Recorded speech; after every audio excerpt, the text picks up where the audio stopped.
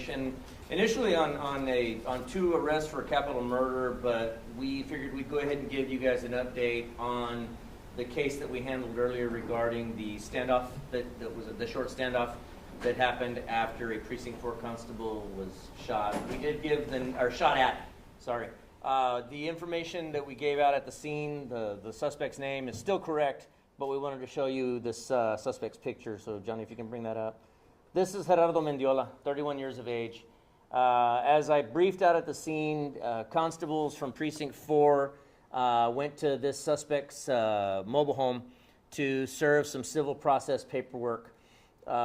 During the course of that encounter, we came to find out that Gerardo Mendiola actually had spoken to the constable through a window, and in fact, we believe that he knew that it was a deputy constable he was dealing with. He did fire, evidence does show that Mendiola did fire a weapon through the very thin walls of that RV, and that bullet narrowly missed that deputy constable by just a few inches. And so that led us to book Gerardo Mendiola for on-site charges of attempted capital murder. As I mentioned, he does have a known criminal history. The charges are there: unlawfully carrying a handgun in a motor vehicle and resisting arrest, search, transportation. Interestingly enough, with Mendiola, we are still reviewing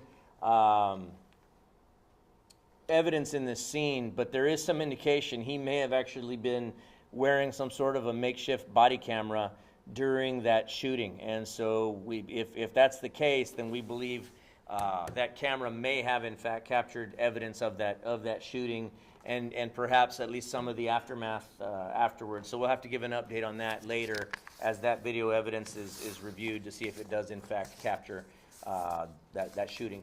Este sospechoso, Gerardo Mendiola, es el sospechoso que esta tarde él intentó cometer homicidio contra un oficial del precinto 4. Un diputado fue para su residencia donde él vive para servirle con papeles civiles.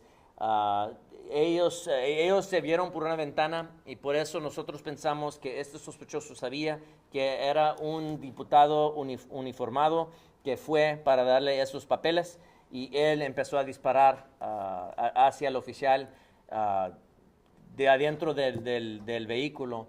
Afortunadamente el diputado no sufrió heridas, pero sí nosotros hablamos con este sospechoso por varios minutos y él se rindió. Nosotros ahorita le estamos arrestando por esos cargos.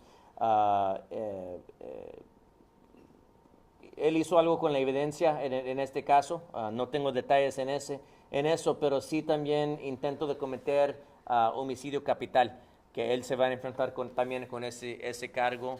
Este sospechoso sí tiene historia criminal. Los cargos están ahí.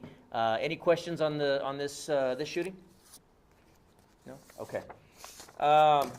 Also, this afternoon we are giving an update on a case that happened May of 2022, so just over a year ago. We received a call out to 11704 Loop 107 in Adkins, Texas. That victim in that case, 30-year-old Corwin Davis, was found deceased inside the residence. And initially, there was a female found in the residence as well. She was not injured. But the information that we were given is that several male suspects came into the residence wearing black ski masks and clad in all black. They began threatening the victim, and then threatening both victims, and then shooting at both victims, the male and the female. The female told us on that evening that she was able to run out to a neighbor's house for safety, and that the suspects then ran out of the residence and fled the scene. This case, quite frankly, went cold for some time.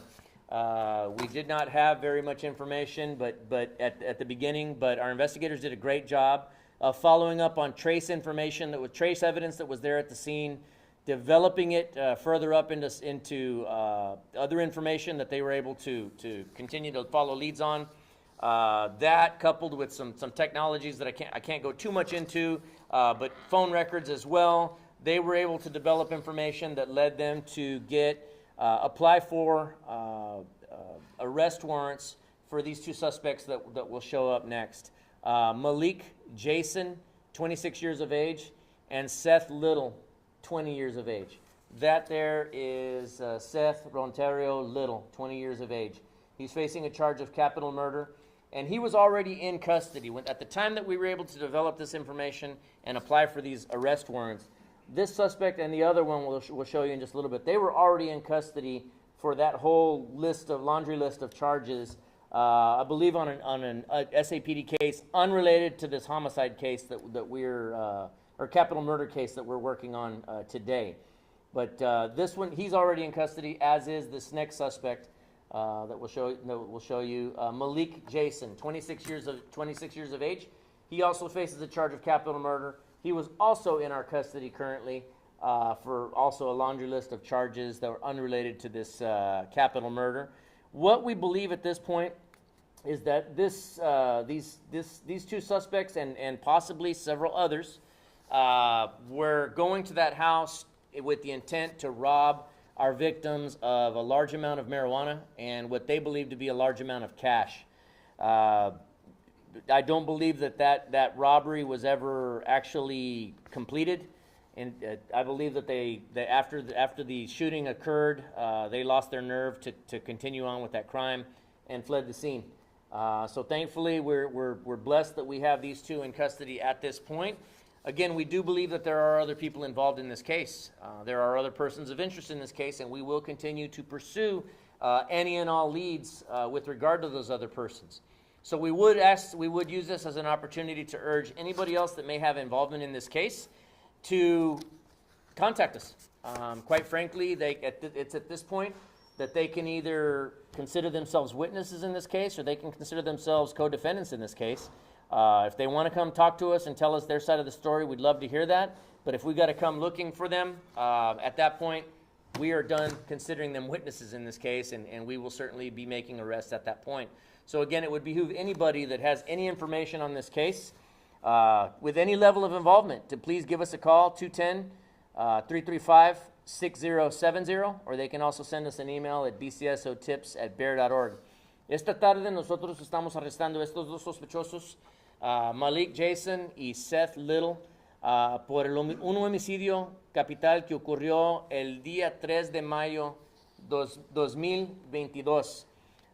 Esto pasó en Loop 107 en Atkins, Texas.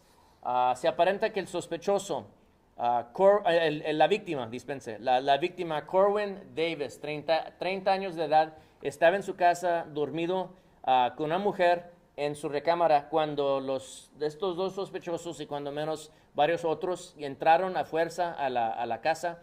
Empezaron a amenazar a las dos víctimas y empezaron a balacear la víctima, Corwin. Desafortunadamente, el hombre ese falleció en la escena de los hechos y afortunadamente la mujer se escapó de ser herida. Se aparenta que los sospechosos huyeron de la escena sin completar el crimen que ellos vinieron. Se aparenta que ellos vinieron a robar marihuana y dinero en efectivo de las víctimas, pero ellos no lograron cumplir con eso, sino que se aparenta que ellos huyeron ya matando a la víctima. Nuestros detectives hicieron buen trabajo seguir la información limitada que nos quedaba en este caso. Ellos siguieron investigando hasta que hace unos cuantos días ellos lograron alcanzar la información que ellos necesitaban para aplicar para las órdenes de arresto para esos dos sospechosos. Ahorita pensamos que estos dos sospechosos no estaban solos, sino que pensamos que hay otras personas de interés que nosotros quisiéramos hablar con ellas. Estas personas nos pueden llamar al 210-335-6070 y darnos información si ellos quieren ser testigos a este delito. Pero si no nos hablan y nosotros tenemos que encontrarnos nosotros a ellos, entonces ya en esos momentos será posible que ellos se van a enfrentar con cargos para el homicidio. Entonces preferimos que ellos vengan y nos busquen a nosotros para darnos su historia de ellos. Any question on this capital murder? Can you describe for us the challenges you faced that made this case take quite so long to figure out, and what kind of change that made that, like, give you an aha moment to figure it out? Well, I mean, at this point, at this point, what I can tell you about the homicide itself is that I don't believe there was a known relationship between the victims and these suspects. I think it was a true whodunit at first. Not to mention the fact that they were clad all in black, they were wearing ski masks. It was a pretty organized event up to the point where they committed this homicide, and they lost their nerve at that point and pulled out. Left the scene at a high rate of speed, and it was, like I said, it was a true whodunit.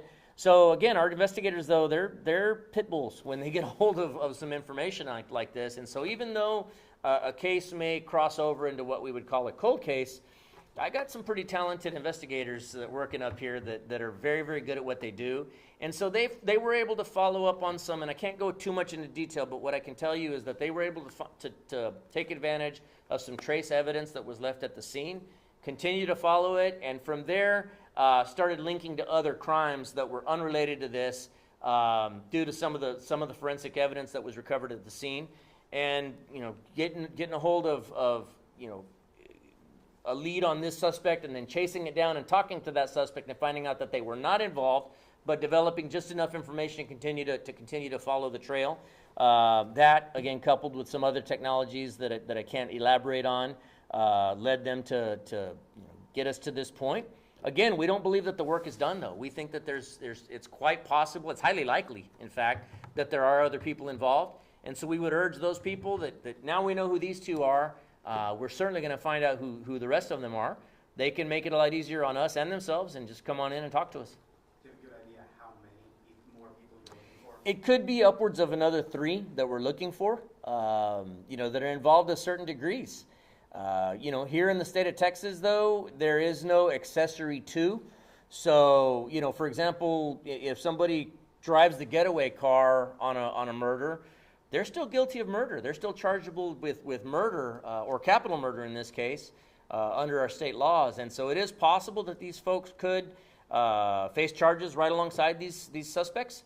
But it's also possible that they can come in and tell us their side of the story, and they may be able to do themselves more help by coming in and talking to us on our terms. Considering the organization involved, as you describe it, is there a sense that you guys have that this is gang related or anything? Oh, I think it's a given that it's gang related. Certainly, in this instance here, we never get into the game of victim blaming. But let's face it, we have information here that this victim was involved in drug dealing. Upwards of 40 pounds of marijuana was recovered very close to the scene that night. I believe that the intent from these suspects here was to rob that victim or those victims of a bunch of marijuana and what they believed to be a large amount of cash. They were just refreshing my memory in the back here just a few minutes ago, and we did find a large sum of what we believed was cash that night that it turned out to all be counterfeit. So, I can tell you, where you find drugs and you find large amounts of ill-gotten gains, absolutely, you're certainly opening yourself up to being a victim of a violent crime, and unfortunately, that's what occurred to this young man that was killed in this case. Okay. Thank y'all so much for coming out.